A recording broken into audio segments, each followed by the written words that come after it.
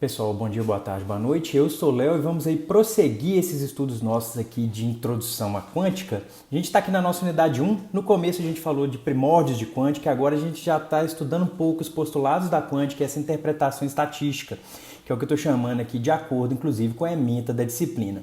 Nesse vídeo nós vamos estudar normalização, tá certo? Então a gente vai ver o porquê da normalização, o que significa normalização e fazer umas continhas aqui. Então já pega aí o lápis, a borracha, papel, que é de caneta, que a gente vai ter que fazer umas continhas. Mas vamos lá, começando da onde eu sempre vou começar. Começar dos postulados, tá certo? Essa aqui é a versão do Cohen dos postulados da quântica, tá certo? Então, postulado 1, ele vai me dizer onde está a informação do sistema. A informação do sistema está contida aqui nessa função de onda, tá certo? O postulado 2, ele vai nos contar quais quantidades elas podem ser medidas. As quantidades que podem ser medidas, elas vão respeitar uma certa equaçãozinha. Daqui a pouco a gente vai ver isso com mais rigor. Mas eles são esses operadores. Todo camarada que eu chamar com esse chapeuzinho aqui vai ser um operador para a gente. O postulado 3, então, o postulado 1 me fala onde está a informação do sistema, o postulado 2 ele me fala quais as quantidades que podem ser medidas, o postulado 3 ele vai nos contar quais os possíveis resultados de uma certa medição. Então, o postulado 1, a informação está lá no psi, se eu quero medir energia é um observável, mas quais resultados que eu posso obter de uma possível medição da energia? E o postulado 3 ele vai nos contar quem são esses camaradas. Vocês estão vendo que tem algumas equaçõezinhas, alguns terminhos aqui que vocês já podem ir prestando atenção neles. No momento agora eu quero uma coisa mais qualitativa. Em breve a gente vai falar isso um pouco mais quantitativo. Postulado 4 é um postulado sobre probabilidades, e é por isso que nessa parte que a gente está chamando de interpretação estatística, então ele vai me contar o seguinte, que o módulo quadrado dessa função de onda dx, isso aqui é a probabilidade de encontrar o nosso sistema entre x e x mais dx. Então numa região infinitesimal do espaço, aqui a gente está falando do contínuo, em breve a gente vai passar isso por discreto, vamos trabalhar por enquanto só no contínuo aqui, esse postulado que me fala qual é a probabilidade de encontrar nossa função de onda, ou nosso sistema, quer dizer, o nosso sistema dado que ele é representado por essa função de onda aqui. A probabilidade é dada por esse camarada. O quinto postulado da equação de Schrödinger, que a gente já estudou, a gente já chegou nela, inclusive, que ele vai me dar a dinâmica da minha função de onda, tá certo? Então aqui estudando a equação de Schrödinger, onde esse H é o operador hamiltoniano, que representa para a gente a energia total do sistema. Estudando a equação de Schrödinger, a gente tem aí a dinâmica da minha função de onda, certo? Ou a dinâmica do meu sistema. E o sexto postulado é o postulado aí do colapso, ou da redução do pacote de onda, ou do estado pós-medição. Dado que eu meça o meu estado e obtenho um certo valor AN, por exemplo, que é relativo a esse observável, meu estado ele passa de psi para esse φ aqui imediatamente após a medição. Esses aqui são os postulados da mecânica quântica. Beleza. Nesse vídeo aqui nós vamos estudar um pouco sobre normalização. Mas o que é isso, né? Então vamos rever aqui. O postulado 4 é o postulado que me dá aqui a interpretação estatística da mecânica quântica. O que é que a gente vai trabalhar? Eu já disse, eu não vou discutir sobre as diversas interpretações da mecânica quântica, a gente vai ser bem pragmático e vai estudar essa interpretação estatística que é a mais usada e a que dá os resultados todos que a gente tem de tecnologia, são todos interpretados através desse camarada, então vamos seguir isso aqui. Então o postulado 4 ele me fala de interpretação estatística, o postulado 5 me fala sobre dinâmica. Então a equação de Schrödinger, eu já abri ela aqui, ó. A gente tinha encontrado essa aqui, eu acho que no primeiro vídeo dessa parte de interpretação estatística. A equação de Schrödinger ela pode ser escrita dessa forma aqui, ó. Deixa eu rabiscar ela aqui. Ela pode ser escrita desse jeito aqui, tá certo? Então essa aqui é a equação de Schrödinger. Eu tenho aqui desse lado aqui uma derivada no tempo, certo? De primeira ordem, que eu tenho uma derivada segunda no espaço, e aqui energia potencial. Esse camarada aqui ele pode ser identificado como um operador relacionado à energia cinética do sistema, tá certo? Só que olha só, se eu pegar essa equação de Schrödinger aqui, e se eu dividir tudo por IH cortado, eu divido essa equação aqui toda por IH cortado, eu vou chegar nessa equação aqui, ó. Então vou deixar essa continha para vocês fazerem, mas pega essa equação aqui e divide tudo por IH cortado, tá certo? Lembrando que 1 sobre I é igual a menos I. Depois a gente faz essa continha na aula síncrona. Já disse, quem tem dificuldade aí com números complexos, por favor, dê uma revisada. Mas lembrando isso, ó, 1 sobre I, 1 dividido por I é igual a menos I, tá certo? Isso aqui é igual a menos I.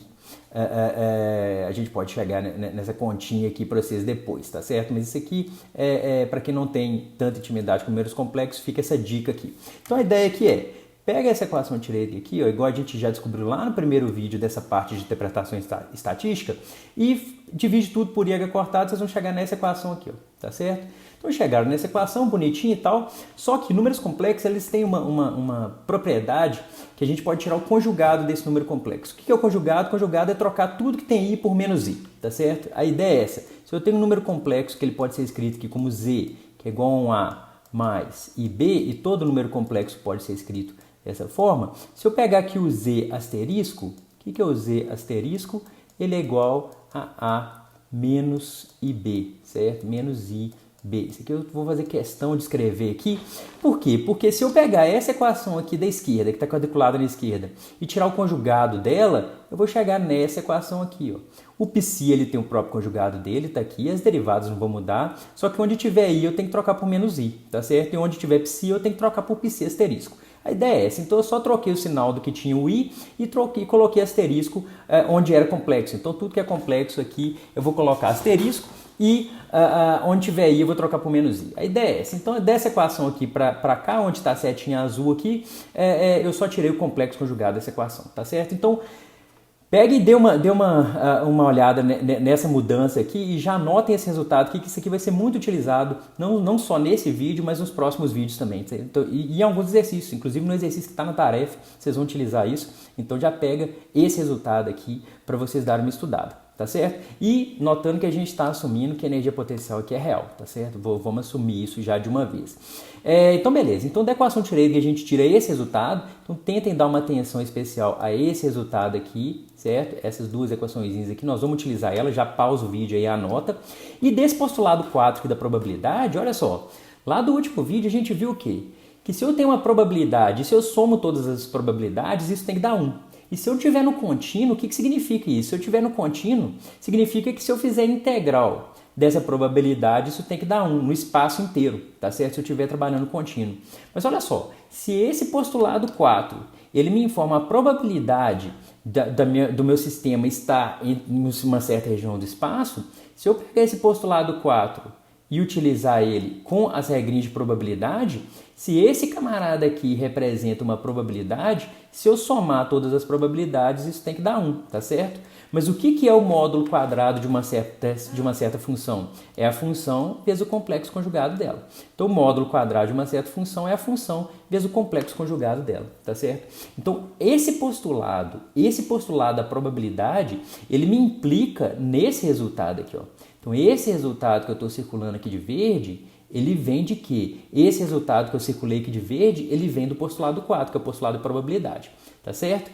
Então tá, então a gente já tem aqui um resultado interessante, que se eu integrar o módulo quadrado da função de onda em x aqui, isso tem que dar 1, porque esse camarada representa para mim uma probabilidade, tá certo?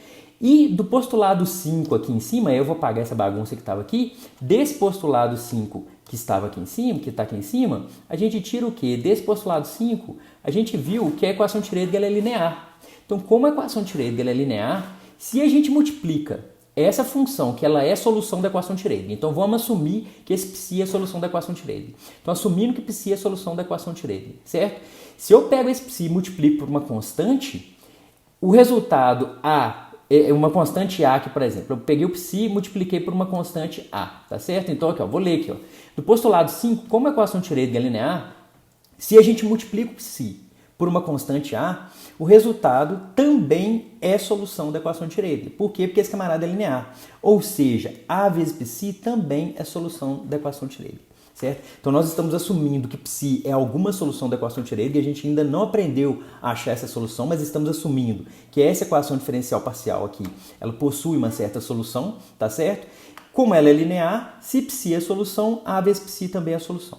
Então duas coisas aqui que a gente aprendeu nesse slide aqui. Primeiro, que devido ao postulado das probabilidades lá, postulado 4, se eu integrar o módulo quadrado da função de onda, isso tem que dar 1, e a gente viu que uma constante vezes a função de onda também é solução da equação de Schrödinger, tá certo? Então isso aqui eu creio que vocês já tenham entendido, deu uma pausa aí e deu uma refletida nisso, então vamos passar para frente aqui. Então, portanto, olha só, se psi é solução da equação de Schrödinger e se A é solução da equação de Schrödinger, nós devemos escolher a constante A de modo que a condição de normalização não seja respeitada. O que é a condição de normalização? É esse resultado que está quadriculado aqui, ó. Isso aqui é chamado de condição de normalização, tá certo? E toda função de onda ela deve ser devidamente normalizada para respeitar essa interpretação estatística, para a soma de todas as probabilidades dar 1, tá certo? Então a gente tem que normalizar toda a função de onda. E aí, beleza. Então deixa eu ler de novo isso aqui, ó. Portanto, nós devemos escolher a constante A de modo que a condição de normalização seja respeitada. O que eu fiz aqui? Eu peguei aqui, ó, A psi, tá certo? Multipliquei pelo conjugado, que é A estrela, psi estrela, ou asterisco, psi asterisco, que é justamente o quê? É justamente o psi vezes o psi asterisco, tá certo? Só que eu multipliquei por A, porque A vezes psi também é solução, tá certo? Esse A aqui, como ele é constante, eu posso tirar ele para fora da integral, então eu tenho aqui que o módulo quadrado de A, a integral do módulo quadrado de psi, isso tem que dar 1, tá certo? Aí, beleza, a questão aqui nossa vai ser encontrar quem que é esse A, de modo que essa integral aqui toda vai ser 1, tá certo? Essa que é a ideia nossa, Então deixa eu ler de novo aqui, ó. Portanto, nós devemos escolher a constante A, de modo que a condição de normalização seja respeitada, que é esse camarada. Esse camarada aqui que eu estou apontando aqui, eu vou colocar ele aqui apontado de verde. Esse camarada aqui é chamado de condição de normalização e toda função de onda ela deve ser devidamente normalizada. Normalizado significa o que aqui? Normalizado significa que se eu integrar essa função de onda com essa constante na frente dela, esse A psi, se eu integrar o módulo quadrado desse cara, isso tem que dar 1, tá certo? Isso é a condição de normalização. Então nós pedimos que as funções de onda elas sejam quadrado integráveis, isso aqui é uma exigência também que vem do estudo de mecânica quântica. Nós pedimos que as funções de onda sejam quadrado integráveis, isto é, que elas sejam normalizáveis. O que significa uma função de onda ser normalizável? Significa que o psi, quando o x tende a mais ou menos infinito, esse psi tem que ir para zero. Ele pode até ter picos e vales, só que quando o x tende a mais ou menos infinito, esse camarada tem que ir para zero. Por quê? Se ele tiver qualquer valor quando o x é mais ou menos infinito, se eu integrar esse camarada não vai dar um valor finito, vai dar um valor infinito, porque o x está indo para mais ou menos infinito. Então nós pedimos que as funções de onda sejam quadrado integráveis, isto é, que elas sejam normalizáveis. Portanto, em geral, isso aqui também é um negócio que vocês podem refletir um pouquinho. Em geral, o psi ele tem que ir para zero quando o x tende a mais ou menos infinito, tá certo? A gente vai ver um caso onde isso não acontece nessa disciplina, que é o caso de partícula livre, e a gente vai ver, inclusive, como conserta isso. Só que, em geral, a função de onda ela tem que ir para zero quando o x tende a mais ou menos infinito. Por quê? Porque essa integral aqui ela tem que dar 1, tá certo? Se essa integral tem que dar 1, a função ela tem que decair para zero quando o x tende a mais ou menos infinito, certo? Então, bacana. Mas, aí que vem a pergunta que a gente vai ter que fazer uma continha nesse vídeo. Mas, se normalizarmos uma função de onda para, por exemplo, t igual a zero. Então, a gente tem a função de onda inicial para t igual a zero. Temos a função de onda inicial. Pum. E aí a gente normaliza ela.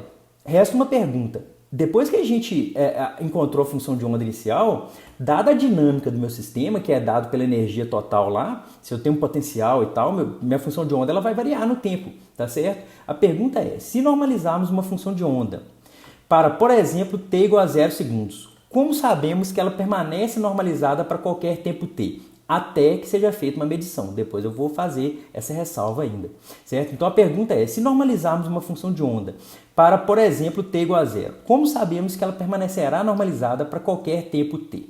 Então a ideia é, vamos fazer esse cálculo aqui, ó. Vamos tentar encontrar quem que é a derivada temporal dessa integral aqui, ó, dessa integral do módulo quadrado de psi dx, tá certo? Vamos tentar fazer essa derivada aqui. Aí alguém vira e fala assim, Léo, mas no slide anterior você falou que esse camarada aqui é 1, então essa derivada é 0. Não, mas muita calma, vamos fazer isso do jeito mais geral possível para a gente ver se a normalização vai continuar igual, tá certo? Por quê? Porque a pergunta aqui é, se normalizarmos uma função de onda para tempo igual a 0, certo? Como sabemos que ela permanecerá normalizada? Então a gente quer saber o seguinte, vamos supor que a gente encontrou o valor dessa constante A. Encontramos o valor dessa constante A. O psi vai começar a evoluir no tempo, então o psi vai começar a variar no tempo. A questão é, esse valor da normalização vai mudar? Sim ou não? É isso que a gente vai ter que perguntar aqui, tá certo? Então, para isso, nós vamos tentar fazer essa conta aqui, ó. E fazer essa conta aqui dá um treino interessante pra gente nessa disciplina, tá certo? Então, vamos tentar fazer essa conta. A derivada temporal dessa integral aqui, tá certo? Utilizando a equação de Schrödinger, nós vamos tentar fazer essa continha aqui. A ideia é essa, tá certo? Por quê? Porque se a derivada temporal dessa integral for zero, se, do jeito mais geral possível, se a derivada temporal dessa integral for zero, significa que uma constante, que a derivada temporal de uma constante vezes essa integral também vai ser zero, porque a constante vai vir para fora da derivada, tá certo? Então vamos lá. Então isso aqui eu já pedi para vocês darem uma notada, isso aqui vem da equação de Schrödinger, tá certo? Essas duas equações que estão quadriculadas aqui, tá certo? O que a gente quer é fazer esse cálculo aqui, ó. A gente quer fazer esse cálculo. Vamos supor que nós queremos fazer esse cálculo aqui, ó. Qual que é a taxa de variação temporal da integral de módulo de π² dx, tá certo? Como que a gente faz essa conta? A gente tem essa conta aqui, ó, tá nessa parte aqui, isso aqui é a mesma coisa, certo? Isso aqui vem daqui, ó, beleza, é a mesma coisa, tá certo? Só que essa derivada, que é uma derivada total, quando ela passa para dentro da integral, ela passa como uma derivada parcial, tá certo? A gente está integrando a posição, quando a gente está fazendo uma derivada total do lado de fora, ela passa para dentro da integral, ela vai passar como derivada parcial. Então agora, resta para a gente fazer essa derivada aqui, ó.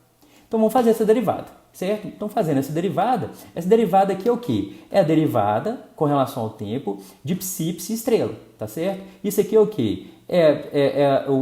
A primeira função, a derivada do segundo, mais a segundo derivado do primeiro, tá certo? Derivado produto, normalzinha lá do cálculo 1. Entre aspas, porque aqui é derivado parcial, mas é derivado produto aqui, ó, derivado do produto de duas funções. Então, a primeira vezes a derivada da segunda, mais a segunda vezes a derivada da primeira, certo? Então, esse camarada aqui, ó, vai ser o quê? Desse resultado aqui, que eu já mostrei para vocês lá atrás, a gente mostra que esse sujeito aqui, se a gente plugar esse camarada aqui, e se a gente plugar esse camarada, que eu vou colocar de azul, se a gente plugar esse camarada aqui, ó, eu vou pedir para vocês mostrarem isso, então eu vou até escrever aqui, ó, mostrar. Certo? Vou pedir para vocês mostrarem que se eu plugar essa equação quadriculada nesse primeiro termo e essa equação quadriculada nesse segundo termo, vocês vão cair nesse camarada aqui de baixo, tá certo? Esse termo aqui do potencial, ele vai cancelar. A ideia é essa, então eu vou cair nesse termo aqui de baixo.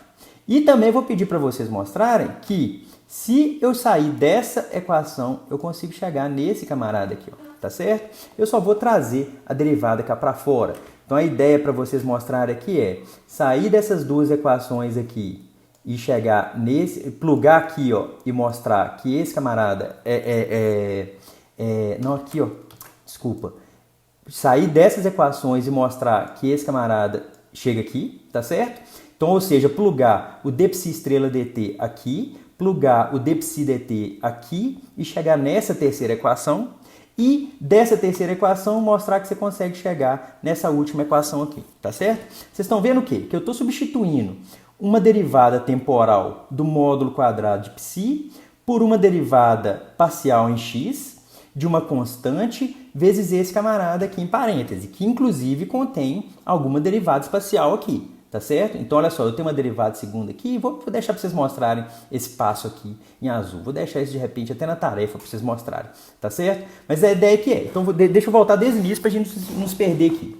O que a gente quer fazer é essa derivada temporal aqui, ó, derivada temporal dessa integral de módulo quadrado de psi dx, certo? A gente passa a derivada para dentro e a gente chegou nesse termo aqui, nesse integrando.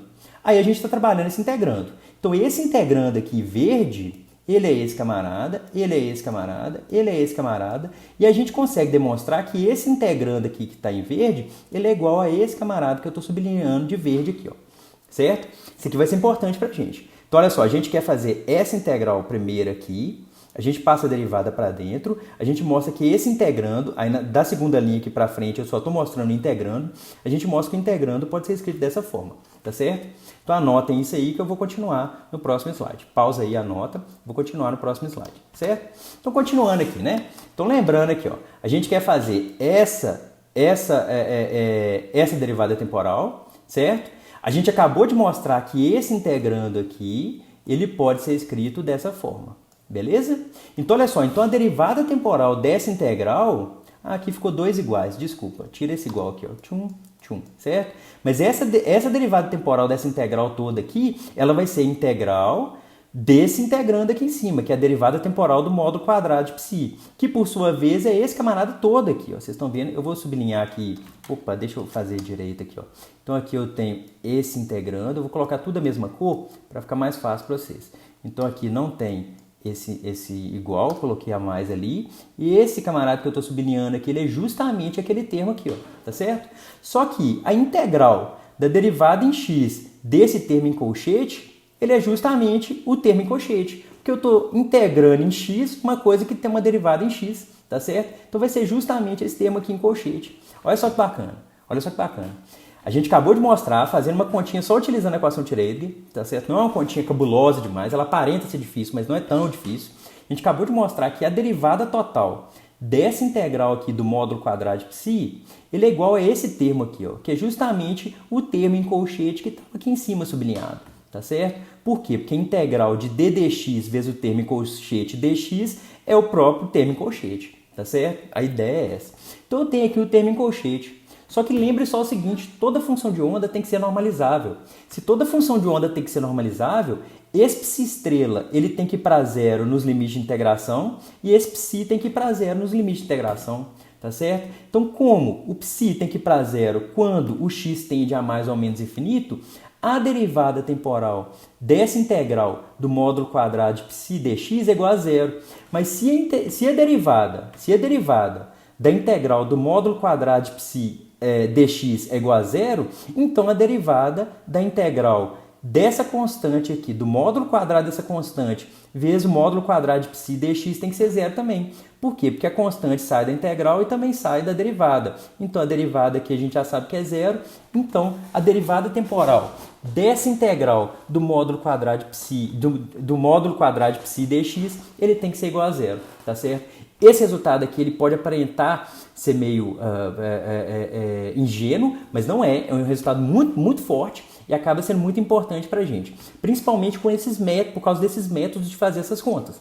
Tá certo? Então deixa eu continuar aqui. Então a gente acabou de mostrar que a derivada temporal dessa integral aqui é zero, portanto, a derivada temporal desse camarada todo aqui é igual a zero. Ou seja, se uma vez que eu normalizo a função de onda para um tempo t igual a zero, por exemplo, essa função de onda ela permanece normalizada para qualquer instante de tempo, até que uma medida seja feita, até que uma medição seja feita. Mas vamos excluir aqui essa parte da medição, tá certo? Então vamos supor que eu te dê uma função de onda para tempo igual a zero. Vários exercícios vão ser assim, vários.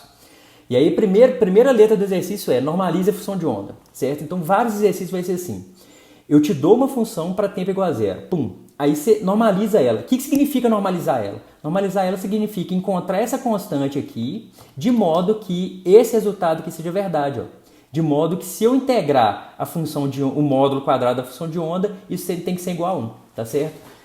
Normalizar a função de onda é isso. Normalizar a função de onda é respeitar essa condição de normalização aqui. Ó.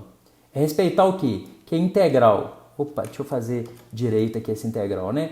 É respeitar o quê? É respeitar que a integral do módulo quadrado de A vezes psi ao quadrado dx, isso aqui tem que ser igual a 1, certo? Aqui é claro que está de menos infinito até mais infinito, certo? Então, normalizar a função de onda é basicamente isso. Basicamente, encontrar essa constante A tal que essa integral aqui seja igual a 1. Isso é normalizar a função de onda, tá certo?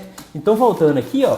Então, a gente acabou de mostrar que, uma vez normalizada a função de onda, ela permanece normalizada até que uma medição seja feita. A gente ainda não está trabalhando com medição, então, uma vez que a gente normaliza a função de onda, a gente pode encontrar a dinâmica dela através da equação de Schrödinger, ela vai permanecer normalizada para todo o tempo, tá certo? Então, deixa eu voltar aqui, que eu acho que esse vídeo talvez ficou um pouco confuso, deixa eu voltar aqui. A gente utilizou aqui a condição de... o postulado da probabilidade e o postulado da dinâmica, tá certo? Com o postulado da dinâmica, a gente encontrou esses dois resultados para a equação de Schrödinger. E do postulado 4, que é o da probabilidade, se a gente não colocar uma constante aqui multiplicando a função de onda, a gente vê que a integral do módulo quadrado da função de onda tem que ser igual a 1. Por quê? Porque é uma probabilidade. Se é uma probabilidade, se eu somo todas as probabilidades, isso tem que ser 1. Só que do postulado 5 da equação de Schrödinger, como a equação de Schrödinger é linear, A gente sabe que uma constante vezes esse psi, que é a solução da equação de Schrödinger, também é a solução da equação de Schrödinger. E aí? E aí que a gente encontra uma outra condição de normalização que é um pouco mais geral, que é essa condição aqui. Ó. Essa condição é muito importante, não só para essa disciplina, mas para a interpretação que a gente está dando para a teoria quântica, tá certo? Ela me fala o seguinte, que se eu pegar essa função de onda aqui, ó, A vezes psi, multiplicar pelo conjugado dela, que é A estrela, psi estrela, e integrar esse camarada para o espaço inteiro, isso tem que estar 1, tá certo? Por quê? Porque isso representa uma probabilidade, tá certo? E a gente acabou de demonstrar aqui, se eu te der uma função de onda, você pega ela para o tempo inicial e normalizar esse camarada, ela permanece normalizada para todo o tempo. E isso é muito importante, tá certo? Tentem fazer essas continhas aqui, essas continhas são muito importantes para vocês fazerem. Tentem repetir essas continhas aqui, fazer esses passos, que isso vai ser muito importante para vocês, tá certo? Então, conclusão desse vídeo é muito importante. Não sei se ele ficou confuso, mas a conclusão dele é muito importante. Uma vez normalizada a função de onda, ela permanece normalizada para todo o tempo, até que uma medição seja feita. Depois que a medição é feita, aí ocorre uma coisa mais drástica que vem do postulado 6, que a gente não vai entrar nisso agora, tá certo? Fica assim, é a primeira vez que a gente faz esse tipo de continha, então talvez fique um pouco mais confuso, mas tentem voltar a fazer essas contas. Conclusão importante aqui, sempre se atentem à condição de normalização. Toda função de onda ela tem que ser normalizada, tá certo? Então normalizem a função de onda, que aí depois a gente já mostrou que ela fica normalizada para todo o tempo. Então fica assim, um grande abraço, falou, tchau!